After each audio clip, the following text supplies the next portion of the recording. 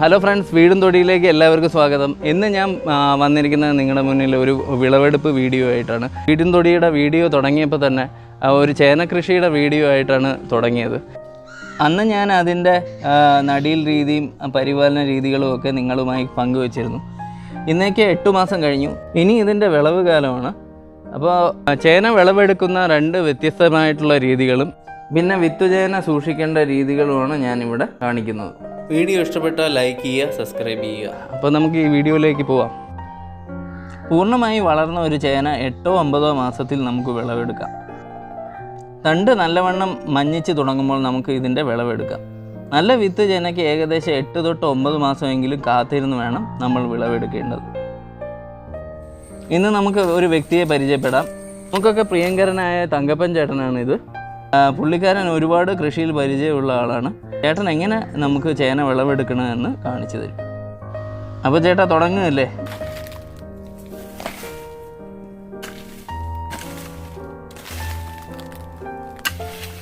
ആദ്യമായി മേൽമണ്ണ് ചെറുതായി മാറ്റിയിട്ട് നമ്മൾ ചേനയുടെ വ്യാസം മനസ്സിൽ കണ്ടുകൊണ്ട് പൂന്താലി കൊണ്ട് വശങ്ങളിൽ ആദ്യമായി കുഴിക്കുകയും പിന്നെ അതിൻ്റെ മുനമ്പ് കൊണ്ട് തന്നെ ചേന കുത്തിയെടുക്കുകയും ചെയ്യും. ചേനയുടെ നടുഭാഗം എവിടെയാണെന്നുള്ള ഒരു ധാരണ കൂടെ നമുക്ക് വേണം. അങ്ങനെ ഇപ്പോൾ നമ്മൾ ചേന എടുത്തു കഴിഞ്ഞു.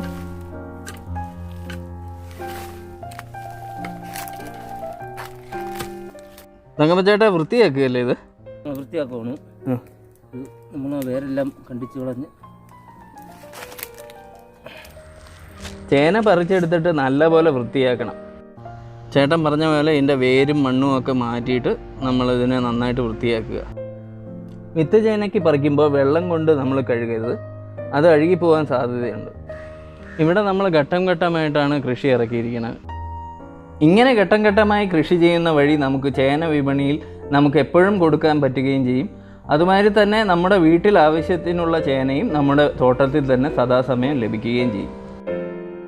ചേന പറിച്ചതിന് ശേഷം നമുക്ക് കുറച്ച് നേരം തണലത്ത് വെച്ച് ഉണക്കണം.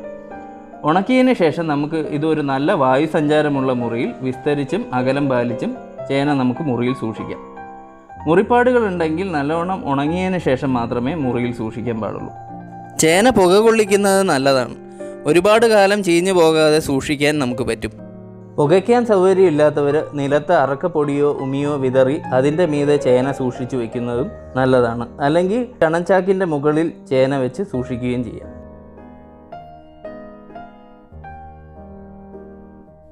എത്ര കിലോ കാണുമായിരിക്കും? ഏകദേശം ഒരു ശരാശരി 10 കിലോ മേൽ തൂക്കം വരുന്നത്. നമുക്കിത് അടുത്ത വിത്തുകൂലിക്ക് അപ്പോൾ അടുത്ത വിതയ്ക്ക് നന്നായിരിക്കും അല്ലേ? നീളമുള്ള പാര കൊണ്ടും ചേന വിളവെടുക്കാം. ഇത് അയഞ്ഞ മണ്ണിൽ പ്രയോഗിക്കാൻ പറ്റുന്ന ഒരു വിദ്യയാണ്. ലിവറിൻ്റെ വർക്കിംഗ് കോൺസെപ്റ്റാണ് ഞാൻ ഇവിടെ പ്രയോഗിക്കുന്നത്. ഒരു നല്ല നീളമുള്ള കമ്പിപ്പാര എടുത്ത് താഴത്തെ മുനമ്പ് ചേനയുടെ താഴ്വശം മനസ്സിലാക്കി കുത്തിയെടുക്കുന്ന വിദ്യയാണിത്. പക്ഷേ എനിക്ക് എളുപ്പമായി തോന്നിയത് കൂന്താലി കൊണ്ട് കിളച്ചെടുക്കുന്ന രീതിയാണ്. നിങ്ങൾക്ക് ഏത് രീതിയാണോ സൗകര്യപ്രദം ആ രീതി നിങ്ങൾക്ക് ഉപയോഗിക്കാം. ഇത് 10 കിലോന് മേളിലുണ്ട് എന്നാണ് തോന്നുന്നത് കേട്ടോ. എന്തായാലും കൊള്ളാം, നല്ലൊരു വിളവാണ്. ഇതൊരു വെയിറ്റ് മെഷീനിൽ അളന്ന് നോക്കാം എത്ര കിലോ ഉണ്ടെന്ന്. ഏകദേശം 10 കിലോ എന്നാണ് നമ്മുടെ ഒരു അസംഷൻ. നോക്കാം. പ്രതീക്ഷിച്ചതിനെക്കാട്ടിൽ 1 കിലോ 9 ഗ്രാം കൂടുതലുണ്ട്. വളരെ സന്തോഷമുണ്ട്.